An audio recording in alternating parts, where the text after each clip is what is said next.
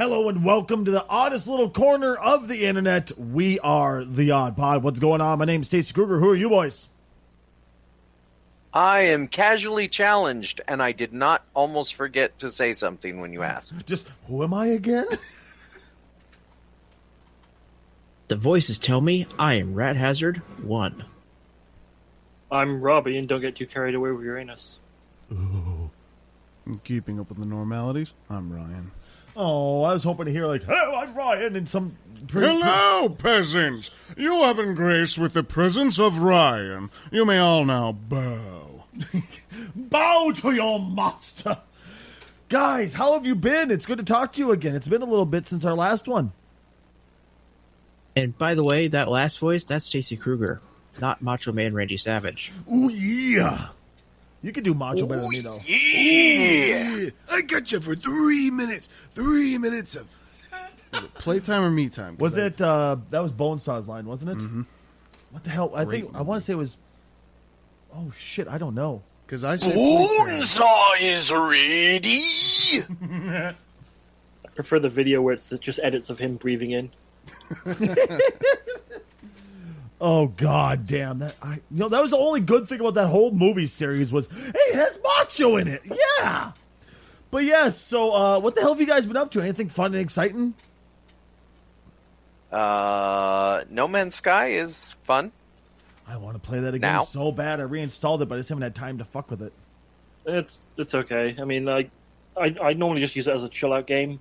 It's got quite a bit more stuff in it, but it's not enough to really get me super invested. I still use it as a chill out game. Yeah, it is a chill out game, but at least now the planets look a little bit different. The only thing that I'm still annoyed by is that you can't create your own ship. You still have to randomly collect one, but you can use a save editor, and there's sites that can give you the seeds.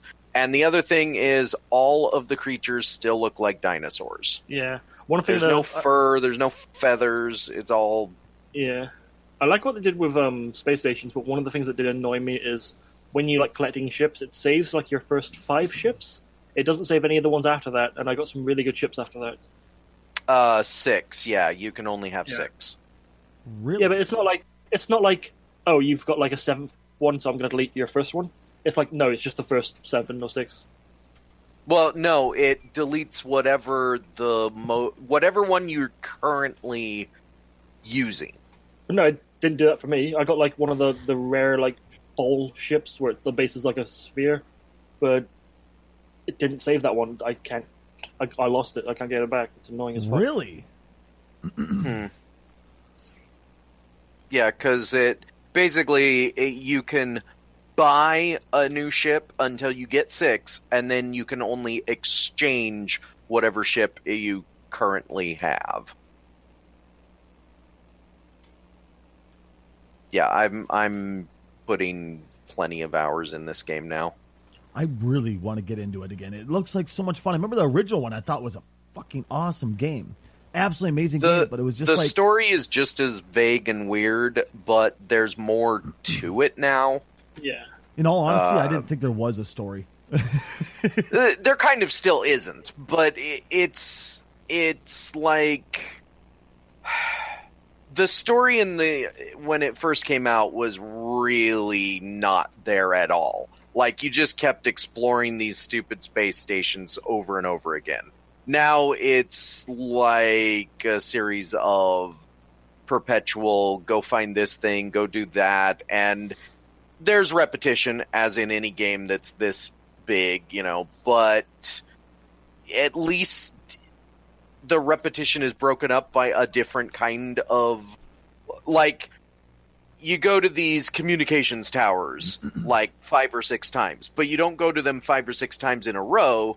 You go to them once, then you do something else in the chain, then you do something else in the chain, then you do something else, then you go back to the communications tower. Then, so it's gotten better. They've still got lots of work to do, but it's gotten better. Well, at least it's gotten I'd say it's worth $30 now. Yeah. I would say one of the things that I think would really make this game, and I don't know if they'll ever do it, is it's on PC, right? Yeah. Oh, it's on console yeah. too. Yeah. But I was thinking, like, I know people really wanted the multiplayer aspect, but I could care less about that. But one of the things I think would really make this game is if it had a large and decent modding community for it. I think it has. It does, doesn't it? Casual. It sort of does, but yeah. But the problem with it is they aren't mod friendly. Yeah. Oh, they aren't. Yeah. So you have to like the kinds of mods that you can do aren't like. It's not like Minecraft. You can't completely change the game. Okay. Which I think is a shame because there's a lot of potential in this game. Oh, tons. I was about to say, is that why the game's still broken? Because they won't let the modders fix it? I mean, it's got some glitches very badly. Like, once I entered into a freighter. As I was entering into the freighter disappeared, but I was still docking. So when I finished docking, I was like, okay, I got out of my ship and just started falling towards the planet for like 5 minutes. So what you're saying, Robbie, is you space docked? Yeah. That's probably the worst thing I've seen. The other glitches I find is when you go for like impulse engines, the little light trails you have going off your ship just go crazy. Sometimes your ship will. Seems to only happen in freighters, but sometimes your ship will overlap with another ship. Yeah. And if it does that, do not get into that ship. Warp out of there with your freighter, and it resets all your ship locations inside the freighter. But like I said, it's not worth $60 still, but I think it's worth about $30 now.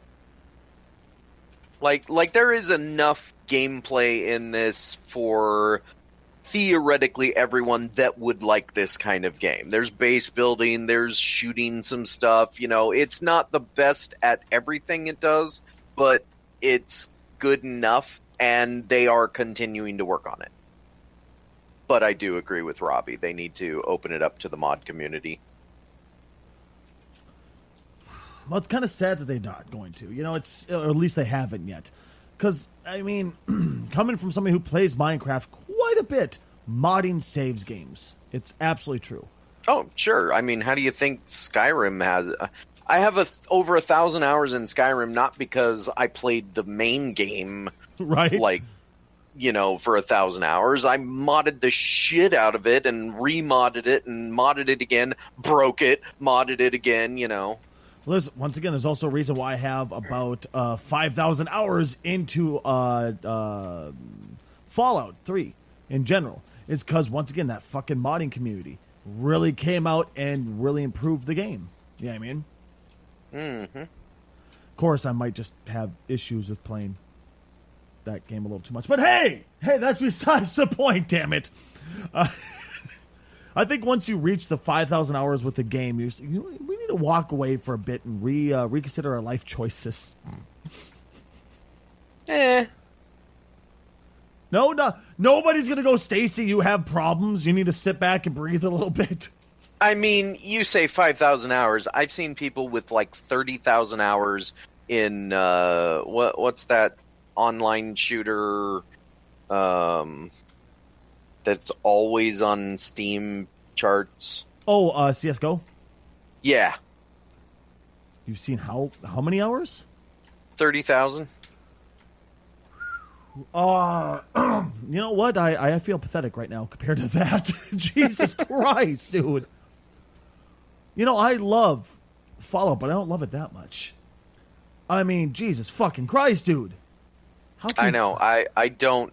I can't think of a game yet that has held my attention for that long.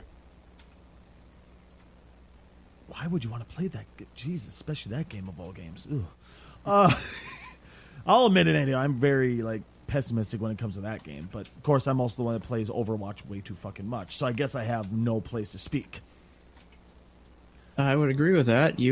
There was a time where you said Overwatch was stupid.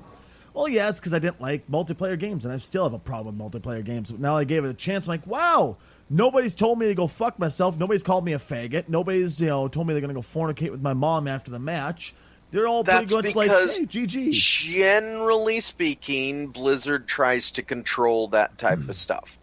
Oh yeah, like- once in a while, I've stuck around in World of Warcraft after how many fucking years? You know, I've been playing since 6 months after release of vanilla for a reason. They do a great job with their games. Unlike other communities where they just don't seem to give a shit. Oh, I could go on for hours. Don't get me started on that, please. Like, I'll admit it. I get really salty with certain games because I'm just like, God damn it, guys, stop fucking up, please. You know, you have such so many possibilities for this. Don't do this to us. We like you. You have such a good product. Don't screw it up by continuing to tweak it. Right, dude? I don't know. I'm a Battlefield 1 player. Trust me, I know this stuff. Actually, I got a beta Battlefield 5 the other day. They're like, hey, welcome to the beta for Battlefield 5. I'm like, oh, okay, cool. Got an alpha code? Yeah. Lucky. And then 2 days later, I was like, hey, thanks for being a part of it. I'm like, wait a second, I was barely a part of this, goddammit. What the hell's going on here? I had to do various sundry things to get an alpha key.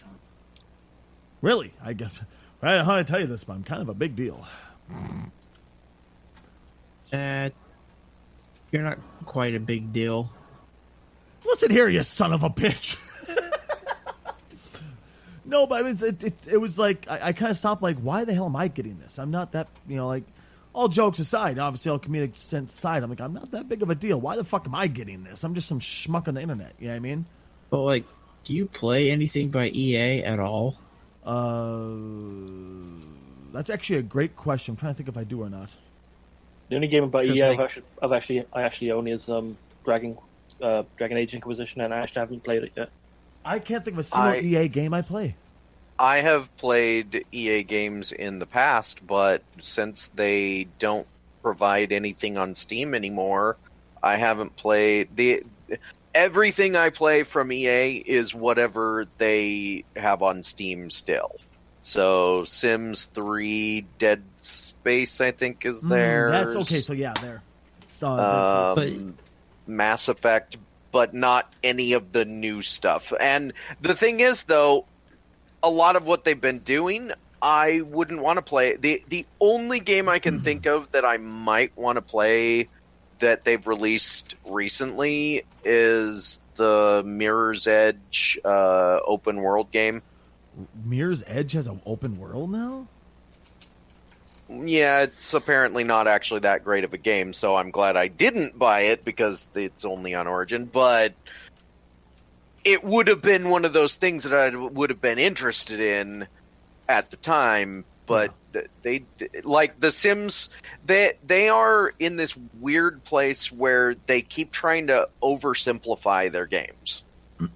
And sometimes that, you know, like, as a person who plays games like No Man's Sky, is looking forward to Beyond Good and Evil 2, and likes things like The Witcher 3 and Ghost Recon because the worlds are huge, whenever I hear that a game development studio is making their game world smaller so that it's, quote, more compact and we can fit more content in. No, just put more content in the bigger world.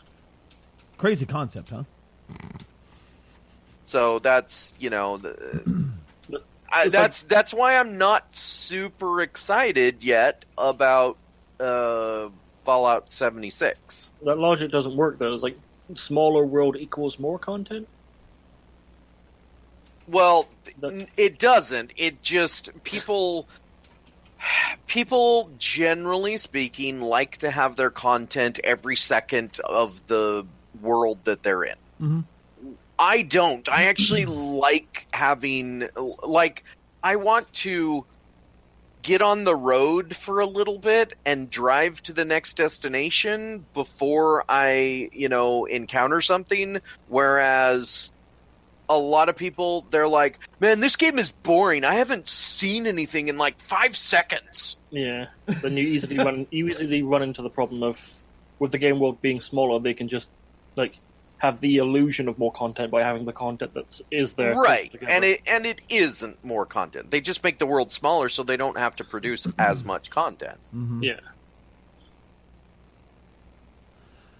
I don't know. I've had so many issues with EA in the past. I don't even think about them anymore.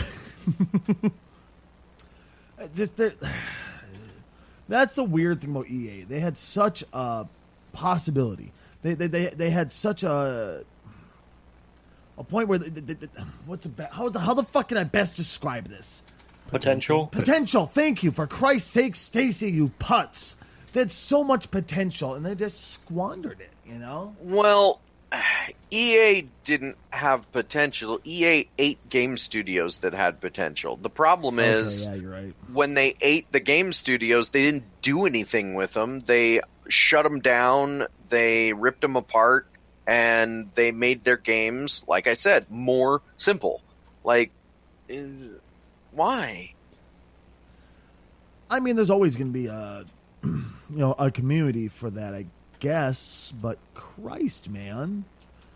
I mean, is that really what you want to position yourself for? Apparently they do. And it's not like they don't make money, which, gamers speak with their wallets. Unfortunately, they don't say no.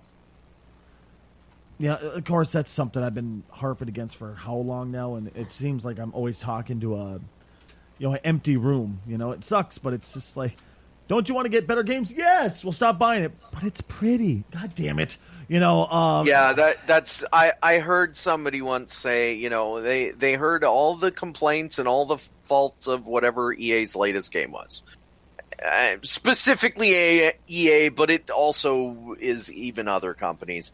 And I said to them, well, just don't buy it then, tell them no, we don't want this. And they said, yeah, but I want to play it now.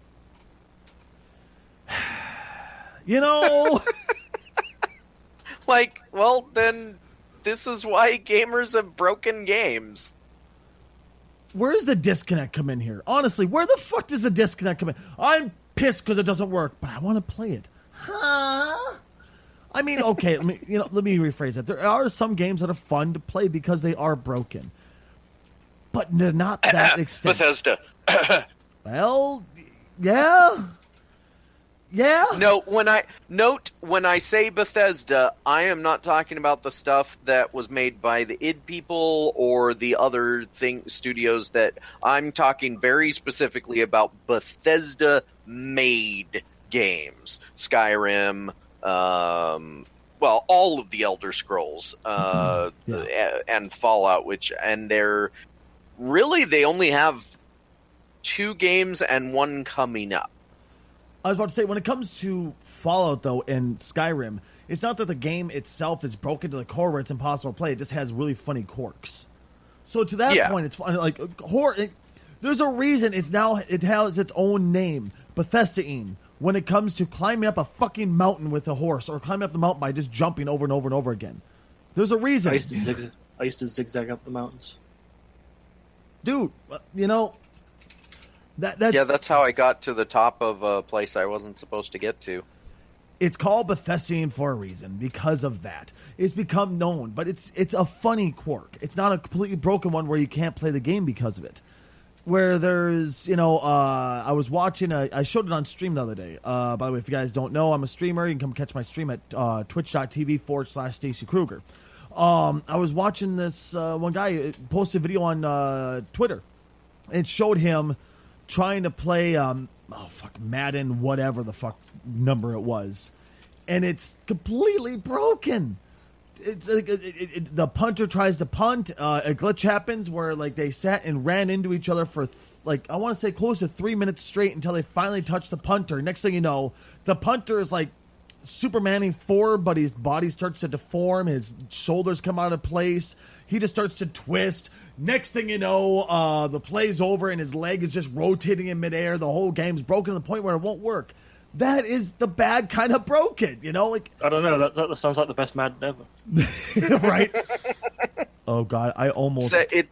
Go ahead. It sounds to me a little bit like that. There's a game that somebody made that's like a farce of all of the battleground style games, like battle royale games. It's on Steam. I can't remember the name of it, but basically everything in the game is purposely broken. Oh, Like okay. when you crouch, it does this weird animation. You know, all of the weapons are glitched. You know, it's like it's somebody's joke about the amount of these stupid games that we get and how most of them are not completed. In fact, I don't think any of them are. I know technically PUBG went full release, but it's kind of like how Minecraft went full release. Yeah. It's not really done. You're absolutely right, though. I'm thinking, is that battle? Is it just fucking Battle Royale Simulator? Is that the one you're thinking of? It might be. It's when they showed that at EA a while back. It was funny as hell to watch because I'm just like, that's what it feels like playing the game too. But yeah, I don't know, man. I guess I just get so pissed off at EA and games companies like that for putting out broken games. I just kind of turn into a broken record over and over again, saying the same fucking thing. Which I'm, it's frustrating for the listener to hear us say the same shit, let alone trying to be the gamer to hear that same exact shit over and over again. You know. Maybe I just get tired of it. Maybe I expect too much from game companies, which is sad to say, but maybe I'm just expecting too much. Maybe I shouldn't expect these game companies to give us this amazing content that we pay how much fucking money for. I don't know. Maybe I'm in the wrong here. At least It's $60. okay, Stacy. You're the old man right now saying, "I remember when games were good. Get off my PC." Well, I will say that games used to be built better because they had to build them better because we didn't have them connected to the internet. Yeah. Now they release them in a mostly complete state, and then they fix it later and release a patch. Yeah, pretty goddamn much. And it's sad. I know I keep saying that I sound like a broken record. I keep saying the same fucking thing over and over again, but it's just sad, dude, you know? Please, game companies, we deserve more. The consumer deserves more. You know, well, maybe not, because the consumer won't stand up for itself. So maybe I'm wrong. Maybe this is exactly what the consumer deserves. Because no one will stand up for themselves saying, we don't want this anymore. Well, as long as the consumer pre-orders a digital game, game companies will continue to do this stuff. Yeah. Yeah. Not just pre-orders a digital game, pre-orders a digital game in the Deluxe Ultra Edition that includes all the Season Pass content. Note, Season Pass content does not include all the DLC. Or you have the other side of it, pre-order bonuses. I remember there was a game a while back. Depending on where you bought it, you got a different pre-order bonus. Oh, yeah. They do that now, too. And then you can't ever get those things via any other means, and it's, yeah. The games industry. Screwing players over for at least the last few years. And gamers screwing themselves over by buying into all this crap. And for the record, I'm not immune to that either. I mean, there are games that I have bought, in that way. Although I learned my lesson. Like for instance, when I bought Forza Horizon 3 Season Pass Deluxe Edition, and then they released a bunch of DLC that wasn't included in the Season Pass, and they released a second Season Pass for the other content, but that didn't include... I was like, no, screw you. Well, at least you're smart enough to tell them to go fuck themselves. It's sad to me when I see people like, oh, well, maybe this time will be different. No, it's really not, you putz. Yeah, it won't be. It never is, man. It never fucking is. Yeah. All right, so Rad gave us a topic that I thought was freaking fantabulous, and I really, really, really want to touch on it. By touch on it, well, we're not going to get into that. But I really want to talk about it. It's what was the first game that ever gave? The first story, the best story. What's your favorite story that gave you the feels? And by the feels, I mean like got you to actually have emotion. Since it's my topic, I may as well clear the road for everybody else. I'm gonna go with an anime series, Full Metal Alchemist, the second one, Full Metal Alchemist Brotherhood. What about that gave you the feels? Don't spend time on the first one; it's not as good. It's garbage. It's all Well, garbage. the first one was good for the first 12 or so episodes until they needed filler content because the manga had not caught up, and now I believe Brotherhood is also gone past the manga again. Well, the Brotherhood series, they did that after the manga was already finished. Oh, that's okay. why the first one wasn't good, because about halfway through they kind of had to make up their own things. They went in their own direction. Wasn't very good, but yeah. Brotherhood anyways, is basically the same story, only it's from the manga. Completely. Yes. Anyways, so I watched that whole show. I greatly enjoy it. Highly recommend to anybody out there who's not just the anime fans. Cough, Stacy. But I had the feels when it ended. The final few minutes. It's not excessively tear jerking or anything like that. Mm-hmm. I was just extraordinarily sad that it was over. Because you became invested in the characters, right? I was invested in the world.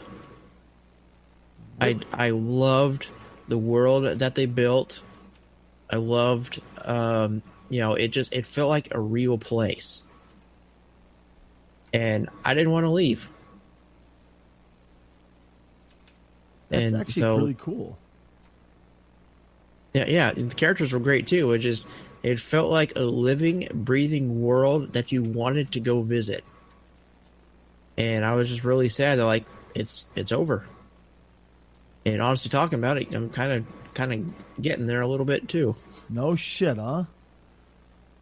Yeah, and it wasn't any one moment like, oh, this character died, oh, boo hoo. No, it was the whole thing. It was a great ride, absolutely a great ride. That's actually really cool.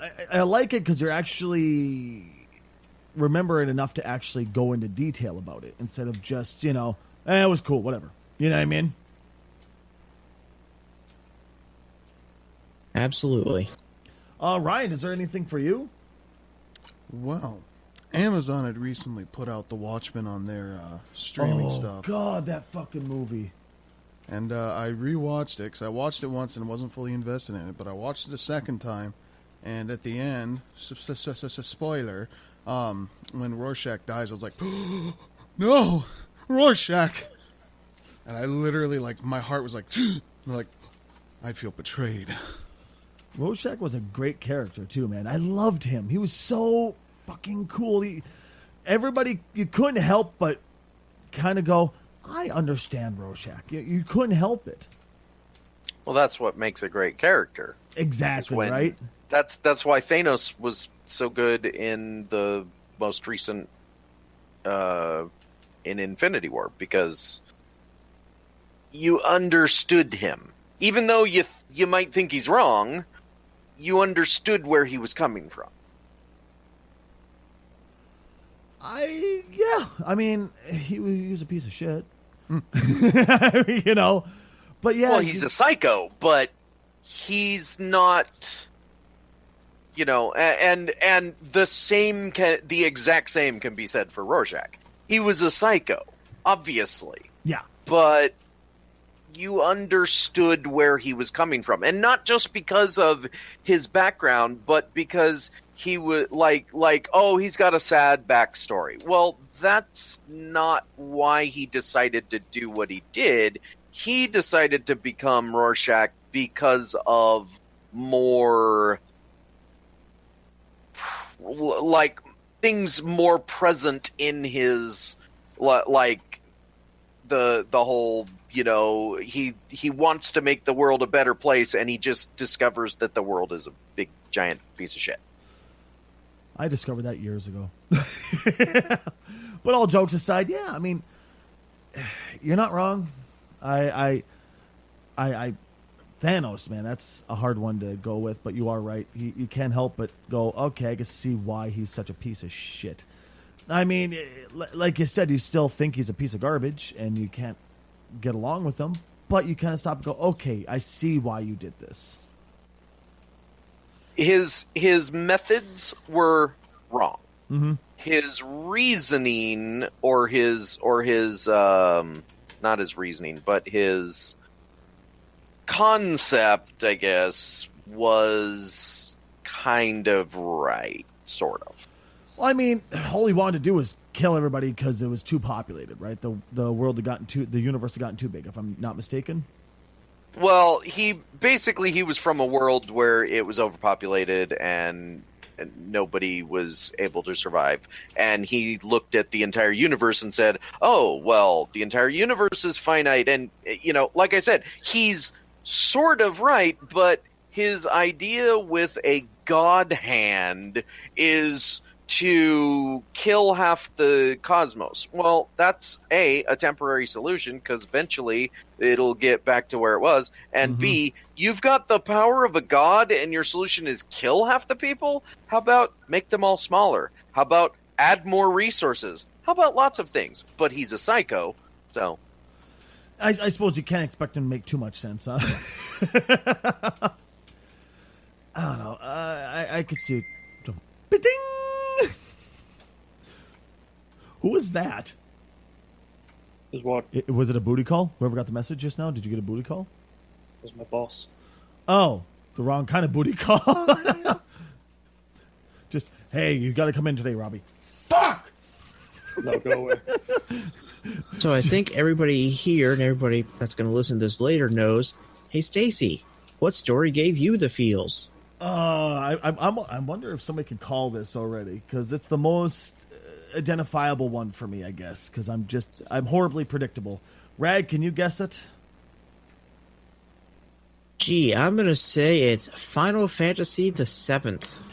Yeah, it is, and I hate being super predictable, because I know I am, and it sucks, but it's the truth, man. It gave me such feels. I remember the first time I played, I was bawling my eyes out in my bedroom. You know, oh God, I hate being predictable, but I am in this one particular second. You know, remember the first time I saw Aerith die. I fucking lost my mind. I couldn't believe it. It was one of those moments like you stop, you're like, did that just really happen? No, this couldn't have happened. They couldn't have let this happen. All of a sudden you start watching, you're like, oh my God, it actually happened. What the fuck? You know, it was heartbreaking at best. And then playing through it and seeing the adventure through Cloud's eyes and going, wow, look at what he went through. You could see why he was heartbroken. You could see what made him feel as if he was an alien in his own world. What made him feel alone. You could understand his point of view. And me being the lonely fucking teenager I was at the time, feeling like I was cast out, I was like, wow, someone like me, someone who feels alone in his own world and nobody understands him. Holy shit. And all of a sudden you see those stories start to unveil itself. You start to feel more and more for Cloud. And then you start to understand more and more why he fell in love. Not necessarily in love like wanting to fuck Aerith, but fell in love with her as he felt so deeply for her. Yes, obviously there was, passion there. But it was a deep, deep love for Aerith. I think it was more a motherly figure kind of love, and he just felt so deeply for her. You know? Is that why he dresses up like a woman and gets molested by big beefy men? You know, Robbie. Nice heartfelt moment. We're all feeling emotions. Robbie, fuck your emotions. Here's a dick. Sounds about right. Yes, he got molested by big burly men for Aerith. Yes, and this feels more and more dirty as I talk about this story, realizing my daughter that's gonna be born possibly today, her name is Aerith. Just don't let big guys around her when she's old enough. Shut up, Ryan! We're not Back to talking differ about on. this. You need to be the uncle that protects her. That's why I have bad shorts. Now that's the question though. Are you going with Aerith or Eris? Aerith. We're going with the proper pronunciation, the proper spelling. I've had people go like, "Well, that was just a mistranslation. It was supposed to be pronounced Aris." Aries, excuse me. I was like, no, it wasn't supposed to be Aries, you fucking turd. Shut the fuck up. It's She Aries. is not the god of war. Right, dude? They're like, no. She's like, if there's anything she was, it had nothing to do with war with that woman. Jesus Christ. She went reluctant into battle as it was. You're going to give me And, that shit. And the funny part about Stacy's feels moment, you can summarize it as, what's really going on? How do I replace that healer? God damn you. Funny thing was, is good stuff. the first time I played it, I was sitting there watching, like, why is I can't stop Cloud from going to hack Aerith's head off? What the hell's going on? All of a sudden he stops last second, like, oh, okay, good. He didn't do it. What's wrong with Cloud? All of a sudden it goes to cutscene, like, what's going on? You look up, and that's when you see Sephiroth come flying down from the sky, like, no! And you can hear it go Pause. in. Go ahead, I'm sorry. Wait, pause. Give me your inventory first. I was like, no, what are you doing? Why are you doing that? That's when I start bawling my eyes out because this woman I fell in love with, not like, I was like, oh, I'm gonna, no, like you fell in love with her emotionally. You're like, she's so wonderful. I love this character. You just lose your mind about how much you love her, and then you go into the battle, and all of a sudden, nowhere, battle with Genova. You're like, what the fuck? And all of a sudden, people get asking, like, okay, Ares, I need... No! I have no healer! So you're stuck between bawling your eyes out because Aerith is dead to how the hell do I make it through this battle because she's dead? And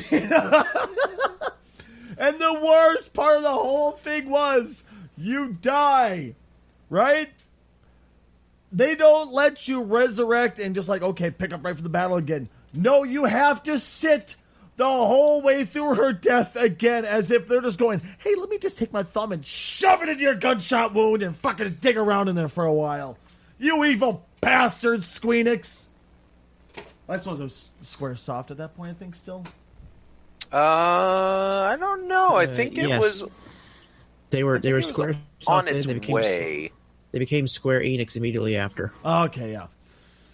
Whew. But the deal had already gone through for them to merge. You evil bastards.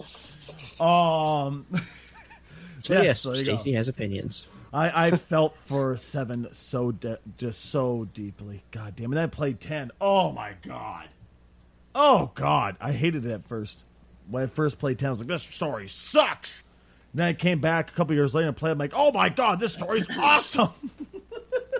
I will say that of the Final Fantasy games, 7...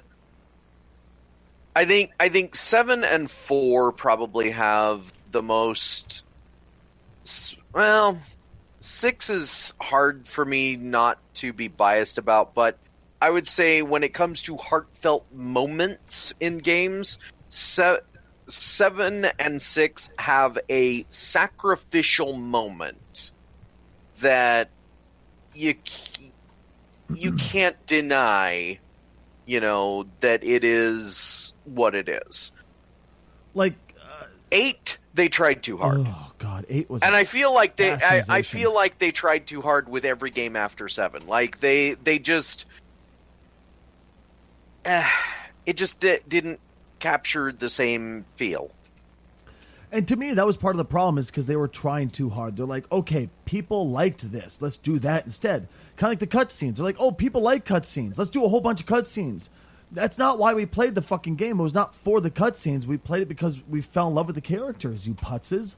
I mean, how hard is That's this to understand? why I like 6 so much. I think that it has some of the most amazing characters, but Yeah, you know. 6 was groundbreaking the first time I played it, which is actually on air right now. I've never played it before. I got a chance to try it. Went, why have I never played this? It's amazing. I still like 7 more because it was just that first game that really got me to fall in love with it. But it Sure. is good. Oh, God, is it good? You know? I can't say enough good things about 6. It's fucking bastards. Does that game make my heart hurt? My biggest thing about 6 is mostly about the villain. I think Kefka is one of the best villains in the entire franchise, but that's a whole other topic. that was honestly Kefka has. I'm stuck on Kefka. I can't. I'm so confused by Kefka. It's Kefka You're won, still but playing it, right? yeah, I am. Yeah, okay. So, Kefka won, but then the adventure continued after he won. You're like, what the fuck's going on? I have a confused boner right now. I don't know what to think right now. I should be sad, but so you've got to the world of ruin then. yes, I thought that I'm so confused. I can't wait to play further into it. But at the same time, I don't want to because fuck Kefka. Yeah, Stacy, Kefka. That made sense. It's such a great game. It's such a great story. Like, the battle systems feel great, but it's the story. It's the fucking story that keeps me going,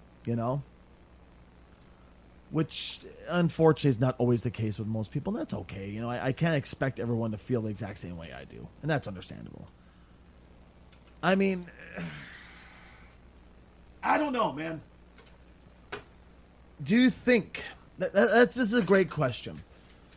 That story that made you feel so deeply, guys, whatever it is, whether it be the movies, the games, the whatever it is, do you ever think you'll get a story that makes you feel like that again? Oh, I'm sure. I would like to say yes, because Final Fantasy has done that to me so many times in a row, but the problem is I don't know if it'll happen again, because 7 was such a high watermark. I don't know if I can ever feel like that again because of how deeply it made me feel. You came awfully close with the Final Fantasy 15 DLC with Ignis. Oh God, that fucking DLC. You shut your whore mouth. I don't want to talk about crying on stream right now. I mean, So if you're talking about feels, it's kind of already happened for me, like feeling that way again recently. Yeah, it's an anime, a Boku no Hero or My Hero Academia.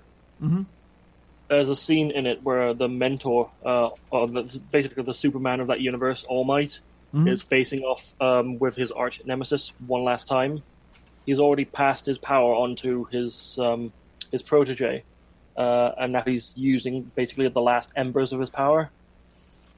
And just seeing, because he's got a big bulky form when he's in superhero mode, and just seeing his bulky form just slowly fade away as he's fighting with everything he's got. Yeah. And his nemesis is at full strength. Just seeing the last. It's like, imagine if you saw Batman past his prime, he's getting old. He's no longer the Batman he used to be.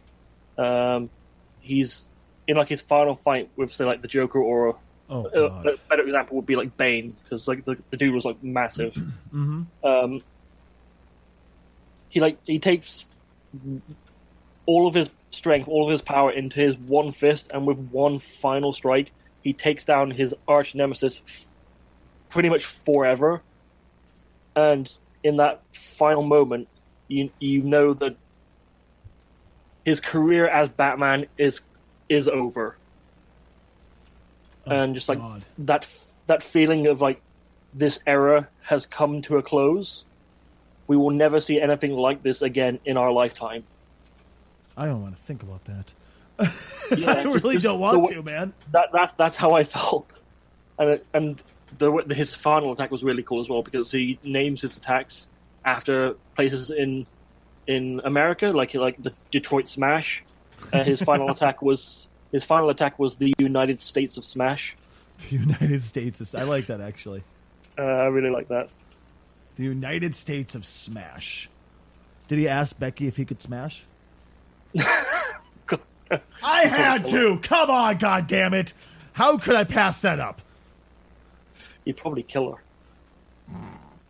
It's like a shotgun going off in there. Becky, let me smash. I can't. It's really cool because they've got like they've got like a visual aspect of like his power being like an actual flame, and like his frail form like huddling over it, trying to keep it from going out. And when he does his final attack, it goes from a tiny ember into a massive inferno before finally just sparking out. Really? Yeah, it's just the visuals they do on it, and the dialogue is it's absolutely perfect, and it hits your heartstrings. If you watch the entire series, it hits your heartstrings really deeply, and I absolutely loved it. Oh, I love and hate at the same time when movies and shows do that to me, or stories in general do that to me. Which I know sounds silly, but it's true. I hate it and love it. I hate it because I'm like, God damn it, I don't want to have feels right now. I'm a man. Manly. And then I'm sitting in the corner going, shut up. Yeah. Let him do feel. You know, it's, at the same time, once again, it feels good because you're like, God damn it, I got to live out this story that I love, blah, blah, blah, blah, blah. Just the last thing he does is when he beats his opponent and the news crew's coming, he points at the camera and just says, "It's your turn now," and his protege, who's watching it on a big screen, just bursts into tears. Bastards. Fuck. Really, huh? Yeah, it's a really great show. I fully recommend it. You know, usually I'm not a fan of shows like that, but that one I kind of actually wouldn't mind watching. Well, we know me. I'm just a big softy. Ugh, he is soft. You prick. He's poked me, folks, in case you wonder what the hell's going on. Mom! He touched me again! No, I didn't. Shut up. Shut up. Shut up, Mom's gonna hear you. God. So, real quick, I want to go back and touch on something that we talked about. I think it was last podcast about James Gunn. That there was debates on whether or not he'll come back. They might decide to bring him back. I mean, how the fuck can you do that? That they're just going to give up and bring him back? Well, apparently, from what we understand, it's after a face-to-face meeting, James Gunn is not coming back, period, to the Guardians of the Galaxy. Are they still going with his script, though? I mean, they haven't said anything, but probably. So yeah. Here's the thing. They probably would have gotten rid of James Gunn even... The problem with this whole James Gunn thing is that they didn't have a discussion. They just... Things came out, and then the next second it was James Gunn is no longer working on this project. Now, had they had a discussion, had somebody at Disney come out and said, we're looking into this, we're going to have some meetings, we'll contact, you'll find out more when we know more. I don't think it would have been such a big deal. I think people would have went, ooh, I wonder what's going to happen. And then they would have come out, and they probably still would have let him go because of their current Fox merger, basically. It really has nothing to do with anything else. And people would have went, oh, that's really sad. And that would have been the end of it. Yep. But it was a snap decision that caused it to be this big hullabaloo. And the problem is the meeting that they had was with the head of Disney. The head of Disney is not going to take all of this attention that has come onto this issue. Mm-hmm. He's not going to look at the actors that have said, we want James Gunn back, we don't want to even work with you if you're not going to use his script. And keep in mind, none of them have said, we're going to leave. They've just said things like, we're going to be unhappy about it because we're under contract and we're not about to break our contract and lose a bunch of money. But the head of Disney can't turn this decision around. Why?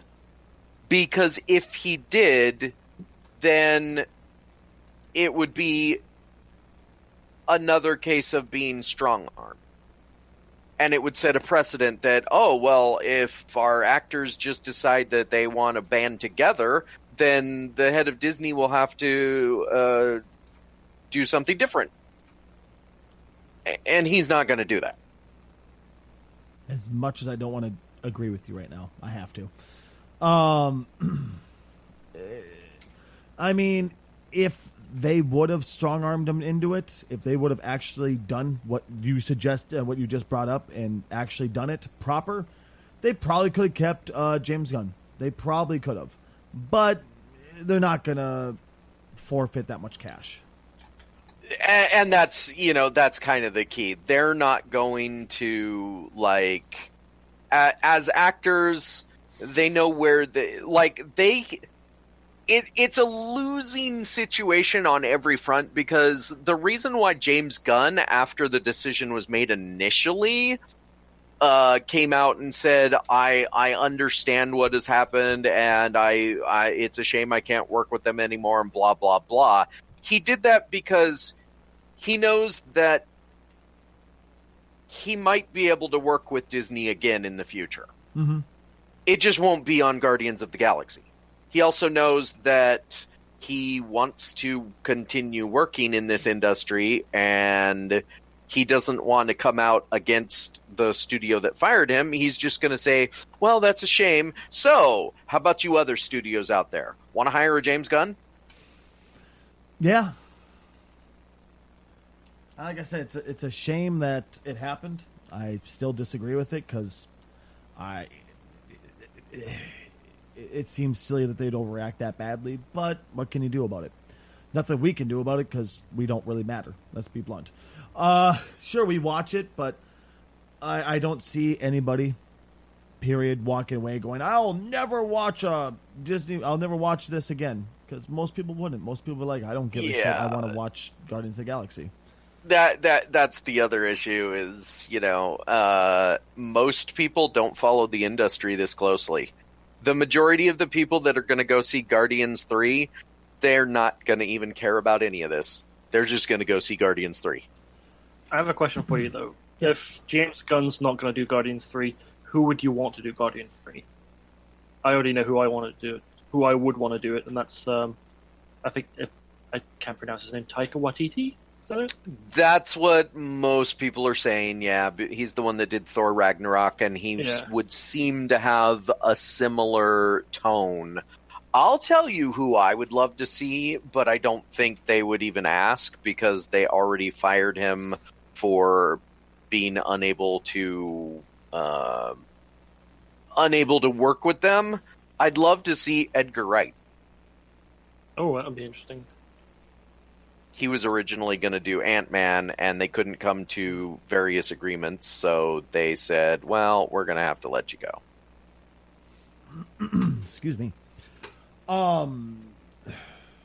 What happened with him? Is just he wanted too much money, or no, he wanted they had this was during the early phase 2, late phase 1, when Marvel had these certain things they had to do, and then they kind of recorrected by the time phase 3 came around, and they started giving the directors a little bit more leeway, because they were like, well, things aren't really working when we're trying to force our issues. Age of Ultron, the first Ant-Man didn't do that great. I enjoy the movie, but it didn't do that great. Unfortunately, the second Ant-Man has not really done much better. but basically he wanted to do his story, and they said, no, you have to do these things. And he said, but I don't want to do these things. And they said, okay, we're going to hire this other guy to do it instead then. Okay. Now they give the directors a lot more, that's why Thor Ragnarok is one of people's favorite Marvel movies in recent history, because they gave Taika Waititi, they just said, okay, you have to have the Hulk in there, you have to have Thor, and you have to destroy Asgard. Spoilers. I like it. By the way, spoilers, folks. Sorry. Other than that, you figure out how you want to get there. Mm-hmm. And Taika Waititi did it. And it was hilarious. Now, am I one of those type of people who would stand my morals and not watch Guardians? Absolutely, but most people wouldn't. It sucks, but it's the truth, see, that's the thing, though. I think that what they did, the snap decision, was the wrong part. Mm-hmm. Getting rid of him, I still think would have happened. No matter what, really. Yes, because again, it might not be the right reasons, but it's because of this merger. They don't want anything to, well, it's not a merger. They're buying Fox. Mm-hmm. They don't want anything to ruin this Fox deal. The government has said yes, so now it's just between the executives of Disney and Fox to make all the final, decisions, and that can still take a while. But anything that could interrupt that, Disney doesn't want that to happen. They already way outbid Comcast when Comcast tried to put their hand in the ring. They really, really want Fox, and anything right now that could mess that up. Bad press, whatever. They don't want it, which is why they should have not made a snap decision about James Gunn, because it led to a bunch of bad press anyway. Just pathetic. Sorry, I can't get past how pathetic it is to me. But, there's a reason I don't work at movie companies. There's a reason why I got out of radio, because I don't really give two shits what people think. And unfortunately, when you work in that kind of business, you have to. It's... Yeah. I'd much rather be me and stand my morals than go, well, I need to worship the almighty dollar. Fuck the almighty dollar. But when you're in that kind of business, you have to worry about the almighty dollar. So, once again, I agree with you. I understand why they did it. I just disagree that they should have not happened. That's all. Yeah. I mean, there's nothing to be done about it. I just kind of hope that James Gunn... I'm hoping that the next part of the story is James Gunn is working on project whatever, and everybody's like, oh, I want to see that. Mm-hmm. I personally hope the next story, James Gunn hired by Warner Brothers in DC. There's a lot of talk that could happen. Please. Because he needs to do Green Lantern. Well, Green Lantern wouldn't be so bad, because that's a bit more laughy. I wouldn't mind that one. I'm thinking, so Flash is still not really doing anything. I'm thinking his Flash would be really funny. Oh, yeah. I would love to see him do Flash. Just please don't fuck up Batman or the Justice League, please. No, he wouldn't do Batman. He wouldn't touch Batman. But I could... Or, what if they put him on one of their other teams, like I would say Teen Titans, but they're doing a TV show, so I don't think they're going to do a movie right away. But I could see a less fuck Batman Teen Titans in the movies. Mm-hmm. I think I have another solution for you, Casual. James Gunn directing the Lobo movie. Lobo? Really? Yeah, they're doing a Lobo movie. I didn't hear anything about this. Lobo? What's Lobo? Oh, God. I would love to see his take on the main man. Lobo is a character that was created around the same time as Eastman and Laird were doing Teenage Mutant Ninja Turtles. Wolverine was super popular. He was a commentary on the comics, much like the Teenage Mutant Ninja Turtles and Judge Dredd. He was a commentary on the comics' current overly violent, psychotic characters being treated as heroes. Mm-hmm. And he's in space, and originally it was like a one-shot or like a side series that wasn't really done by DC. I think it was one of their sister imprints or whatever. Mm-hmm. But he became so popular that he became a part of the main universe, and he's sort of an anti-hero. He's weird. That's what Yeah. I'm going to say. Yeah, he's definitely weird. And the last I heard, the director was not like there's been talk that they want to get somebody like Guillermo del Toro to do Lobo, which would be interesting. Who was that again? I'm sorry. Guillermo del Toro. Hellboy. Oh, Hellboy. Okay, thank you. Pacific Rim, Pan's Labyrinth. I would have loved Guillermo del Toro to do the Justice League Dark. There's still talk about that, but now it's an animated thing. So Yeah. I don't know what's going on with That's that. sad to me, but what can you do? But yeah, Lobo is one of those characters that's like, you have to get the right script, and he has to be rated R. Mm-hmm. Like, Oh, yeah. there's no other option. Who could play him, by the way? Oh. Okay, you might balk at this, but it would just track with his current, like, playing these characters so well. Josh Brolin. Is that Cable, wasn't it? He was Cable and he was Thanos. He needs to cross all three streams, go to DC, and play Lobo. I don't think he would do very well with Lobo, personally. I could see where you're He's- coming from. I could totally see it. I He's- just disagree. Got the right sarcasm. Like, I think he could play a character. He would be a different take than what the comic is, but I could see him as being a sarcastic, like, sort of serious but sarcastic character. Like, Deadpool is way sarcastic. Cable had these hints of sarcasm. If he just pushes that a little bit farther, and he's done roles where he does that, I think he'd be great. It'd be interesting. It's just, I don't know, man. It'd be fun to see how it turns out.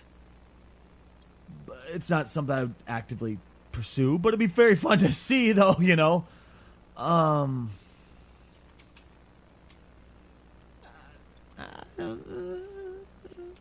That's all I can say.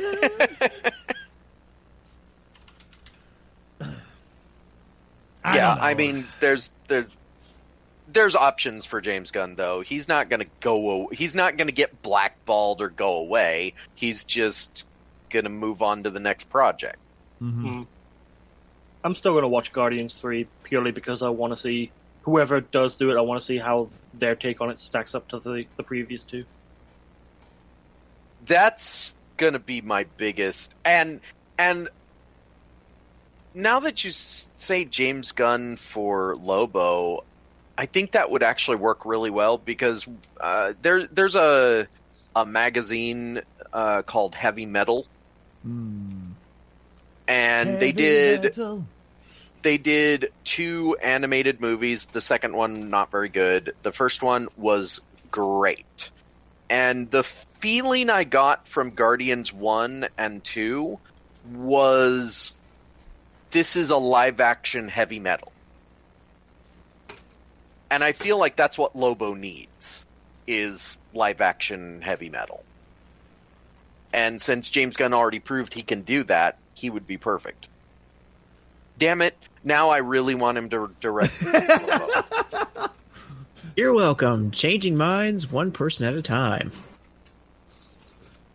Just now, I'm just here going, "Fuck!" Now we're gonna be disappointed when it doesn't happen. Well, it's not. Yeah, that's it. It's not that I'm changing. It's not a mind changed. It's that now I really want to see his version of Lobo, and if it doesn't happen, I'm gonna be super disappointed. All right, everybody, call Rat an asshole, and let's move on. But shit, though, it'd be interesting, but I don't know. Oh, God, now you got me thinking about fucking Lobo and how bad I want to see Lobo now. God damn you son of a bitch. Hey, any chance I get to talk about the main man? Cheating in video games. Opinions, guys, lay 'em on us. How do you feel about it? I cheat on video games with other ones. Wah, wah, Does that count? wah. I mean, it depends on what kind of game it is. Like, if it's a multiplayer game, that's an asshole thing to do. But if it's like Skyrim, I'm gonna cheat all the fuck I want on that. Right? Yeah, that's the problem, because there's been 2 cases at least now that have been set, legal precedent, where the judges have sided with the gaming companies on cheating. And there are games out there that have an entirely single-player mode, where you don't even have to be online. You can play the game single-player, but the game has built into it a program that disables cheating, like trainers, which is exactly what the most recent news report from about the Grand Theft Auto thing was. Mm-hmm. So the game companies are making it nearly basically, I agree. If you're cheating in an online game, then why are you even playing it? Like, go be bad somewhere else. Mm-hmm. That's a scummy thing to do. But if they're removing the ability to cheat at all, I cheat at single player games because I want to have fun and I suck at games. If you remove my ability to cheat because the law says that nobody can ever do anything that does this anymore, and easy anti-cheat is in every game, I'm just gonna stop playing games because I can't beat them without cheating. For the most part. Yeah, I feel you. Oh, see, I've never really seen a problem with cheating in a game as long as, like you said, it's offline. Who gives a fuck if it's offline? That's the whole point of games, is to have fun. Nobody should ever be able to tell you how you're allowed to have fun. Oh, unless, having fun is stomping in babies' heads. Then, yeah, I'm fine with somebody telling you to stop. But you catch what I'm trying to say here. You can't make me stop. I can't stop. I won't stop. Sorry. No, but seriously, no one should ever be able to say you're not allowed to have fun the way you want to have fun. There's just something so incredibly wrong with that. Especially when it's legitimately harming no other person. Period. Now, I will say that I think that and this is the problem. I am of 2 minds of this, because I agree with what Rockstar did, in the sense that they're trying to stop a person from cheating online. Mm-hmm. And yeah, they shouldn't be doing that. But at the same time, these 2 cases, which have both been online games, are not setting the precedent of cheating in online games should be illegal. they're setting the precedent of cheating at all should be something that the game developers can forcibly stop through legal means. Because by setting that precedent, now you're saying that I can't choose to do anything with the game except what you tell me to do. And what that does is it also sets the precedent for mods. I was about to say, how is this going to affect the RP communities for GTA Line? There you go. It starts to set a bad precedent because people... So here's the thing. You still have to own these games to play the modded version of them, right? Correct. Now, if they're going to start saying that you can't use any of their content to play a game that is not making any money and is not harming their servers or harming their service, but you just can't do it because it's ours, which, again, I'm of two minds because they're technically right, but they're not doing anything with it. These people aren't making any money. Why not just let them have fun? They're still buying your game. Unfortunately, I think it's going to be coming down to, because it's impossible to take this away from the douchebags. I think that'd be the best way for them to say it, too, is just we can't stop the douchebags if we allow these people to do it. Right, and that's why, again, that's why I'm of two minds about the whole thing. It sucks because no matter what, this is setting bad precedent. You know, everything about this is just like, if you don't do anything about it at all, then you risk just having terrible communities. But depending on what you do, you risk removing the thing that you're trying to get back, which is people buying your game. Mm-hmm.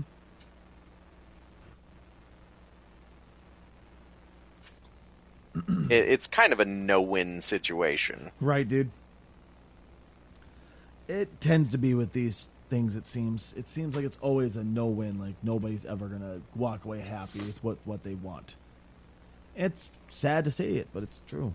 You know, nobody's ever going to be happy. I didn't get what I wanted, so I'm pissed. It always seems like it's like that. I mean, that's why Star Wars movies are under such constant conflict.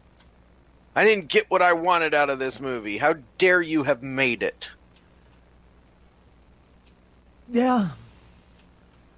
There's another big part of the reason why I walked away from Star Wars movies. You know, it just isn't for me. You know, and the fact that it constantly kept changing to try to keep up with me made me dislike it more, which seems funny, I know, but it's true. Also, big name passed away. It seems like we're always talking about somebody dying, but Aretha Franklin, someone who I know it sounds silly, but I thought would never die, died. She seemed like one of those ones that was going to live forever. You know what I mean? She's one of those people that I didn't know was still alive. Really? She was 76, so it's not like she died, you know, young. But her death kind of hit me a little bit harder than normal. Not because like I had some personal thing, but she died of pancreatic cancer, and she was a fairly large part of a movie my dad loved to death, which is the Blues Brothers. Mm-hmm. And my dad died of pancreatic cancer. Oh. So it was kind of like weird coincidence things, you know? Mm-hmm. No shit, though, huh? But you if you don't know who Aretha Franklin is, you should look it up. You should get some respect. Haha. Which, by the way, wasn't even her song. It was a cover. Bullshit, But really? yeah. I didn't even know this. I was watching one of the YouTube shows I watch, and they were talking about the Aretha Franklin thing, and one of them was talking about how I can't remember what they said. Oh, it was Aretha was unfair because if she sang a song that was yours, it was hers now. And that's not saying like she stole it. It's saying that she did it so well that people would just recognize it as, oh, that's an Aretha song.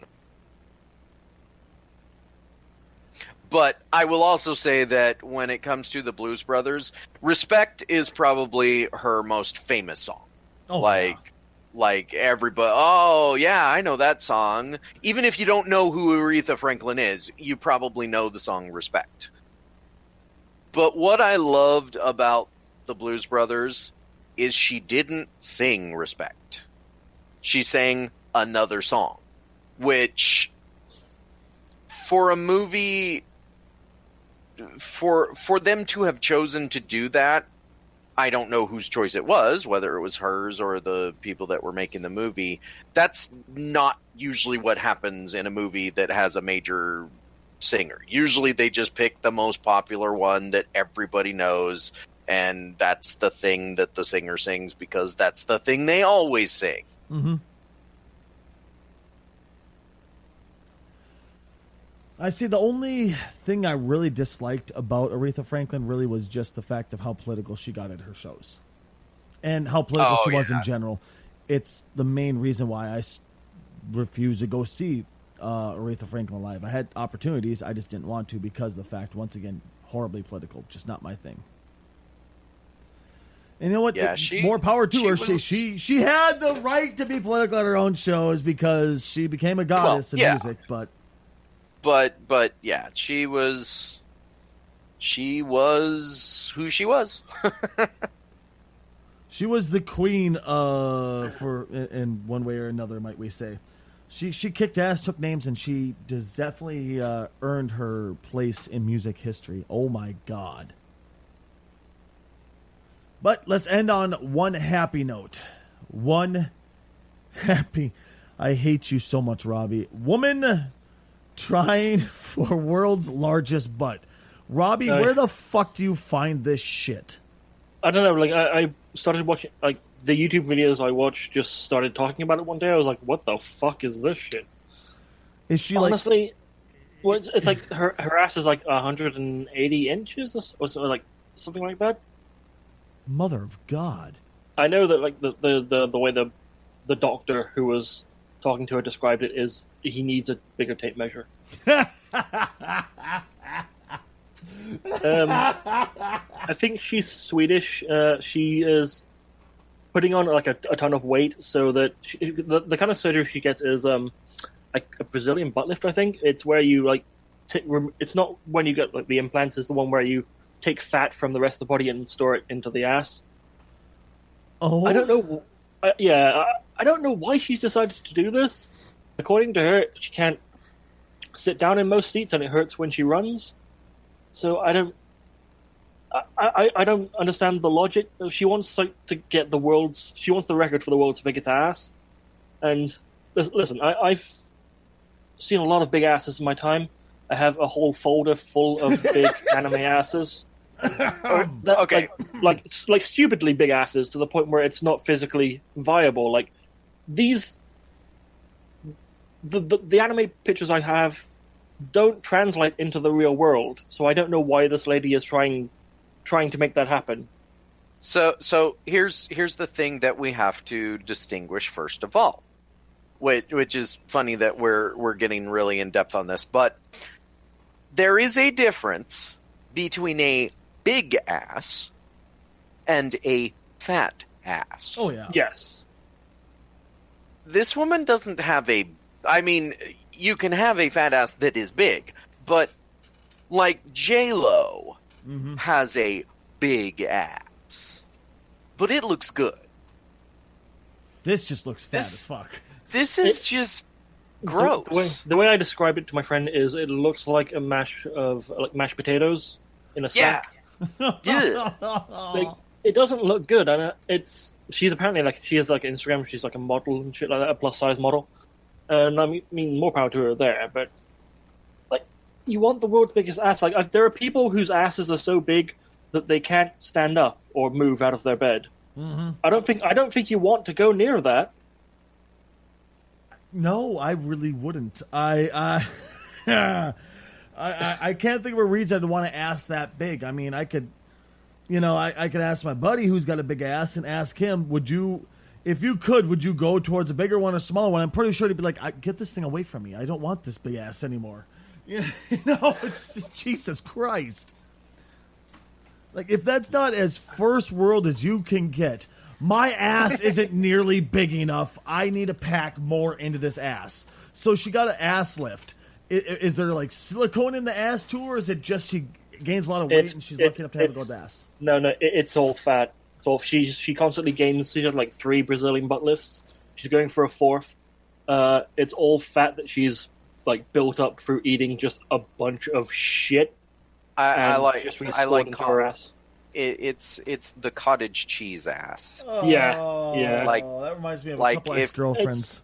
If you can just imagine cottage cheese under the skin, yeah, that's what it's like cottage cheese in a bag of skin. Ryan, gross.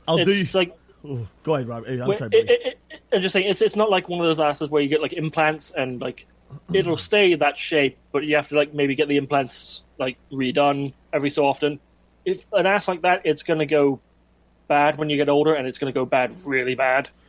Now, Ryan, I'll give you the best example I can of an ex-girlfriend that had the cheese curd ass, the cottage cheese ass. You go to grab the ass in bed, and your hand the handprint stays after you let go of the ass. This is memory foam asses. This is yes. This is a real thing. I'm not even joking. Ryan's looking kind of a little green around the gills. The cottage cheese ass. It's just you get in bed, you kind of go slap the ass. Like, oh god damn, is that wet? It leaked out a bit. Get out of the bed. Get out. If you hitting a wet sandbag. If you want to see a really disgusting episode of Futurama that has something similar, one of the episodes I can't remember what it's called. It's like Tales of Astonishment or something. It was their kind of version of a Halloween episode, but it was just like 3 weird tales, and in one of them, Bender becomes a human. And as a human, he just does everything. Oh, yeah, I remember that episode. He eats as much as he can, and he turns into this gigantic, horrible, disgusting mess. And then he dies of a heart attack because he's just not, taking care of himself. And I love the last lines of that of what do you mean he's dead? He just said woo. No, that was fat. That was the air escaping the folds of his fat. And then they roll him out of the room, and he goes woo, woo, woo. Ladies and gentlemen. The Odd Pod Podcast. We spend 10 minutes talking about a butt. Oh, god damn it. And going in detail, congratulations on not being able to eat for the rest of your day. Jesus Christ. If you do eat, choose cottage cheese or mashed potatoes. I hate you, Casual. Uncharacteristically from me, I'm going to say, put joking aside for a second. Yeah, there are anime pictures where they have massively fat asses. These do not translate over into the real life. When you do this, when you do what she's doing, which is putting on a shit ton of weight and distributing back into her ass, that puts an enormous strain on your body. And I'm not trying to body shame someone, but this is incredibly unhealthy and just not a good thing to do to your body at all. This is just insane. Oh, God. Yeah, this is the kind of thing that Guinness, which is usually looked at as the people that collect records, this is the kind of thing they shouldn't have a record for and shouldn't promote a record for, because it's bad to try and get a record for this kind of thing. I mean, same time, though, if it's what she wants to do and it doesn't affect anybody who really gives a fuck. But I will definitely not promote somebody to do it. Yeah, but she's it one of affects those- everybody if she interacts with in a way that they have to deal with it. Well, I'm just saying, Wow. if she wants to do this, that's all fine. But she's going to wake up one day and her ass is going to be touching the floor. Jesus Christ. Yes, Robbie, the ass is going to let loose. She's going to need a wheelbarrow for her ass. Yes, Rob. Let's I was just just say saying, gravity this kind of- always wins. Yeah, this kind of extreme body modification always turns bad. God damn it. Oh, I couldn't think of a better way to end this episode. So, damn it. To be a little truthful with people, I have a kid on the way, and I'm going to be insanely busy over the next, couple years, because babies suck. So I'm not going to be able to do this nearly as much as we want to, so we're going to be slowing down a tiny bit and doing this for major events until maybe a couple months down the road when we go, hey, the baby's a little older, the baby's a little more self-reliant, it can just lay there and sleep while we do a podcast. Maybe we'll think of it more, but as of right now, we're going to be slowing down, unfortunately, for just a bit until we're able to get our senses back to us and learn not to talk about an ass for 15 minutes straight. No, See we what weren't happens? talking about an ass. We were talking about an abomination. There's a difference. Abomination. This You mean I agree with Ryan. abomination? Oh, an abomination of humankind. This ass. Sorry, Robbie. I had to make that joke in British English. An abomination. Abomination. I approve of it. Guys. my name is Casually Challenged, and I approve of this message. I feel so dirty right now. Guys, thank you very much for tuning in and hanging out with us. Boys, thank you very much for being here for yet another podcast. My name's Tasty Kruger. Who the hell are you, you smelly bastard? Well, I'm not smelly. I don't have a giant ass, and I'm Ryan. I'm Robbie, and I'm going to go and proceed on a 100-year quest to find the weirdest porn from around the world. 100 years? I figured that would only took a half an hour. Oh, there's a lot of porn out there. I'm Rad Hazard. It's going to take Robbie 100 years to go through his computer folders. Yeah, right? I am Casually Challenged, and every time you think you've found something weird on the internet, there's something weirder waiting right around the corner. Right? And worst comes to worst, just think. Cottage cheese. Oh, God, so many bad memories. Thank you very much, each and every one of you, for being here for us for our little journey into autism. Autism? Autism. Autism, yeah. Thank you That's like so saying much. autism. No, not autism. Autism, you putz. There's a Freudian slip there. God damn it. Seriously, though, all jokes aside, thank you so much for being here with us. Thank you so much for spending your time with us, listening to us ramble and have the time of our lives. Thank you so much for being here. We cannot express how much it means to us. We love you guys. Take care of yourselves. Bye-bye.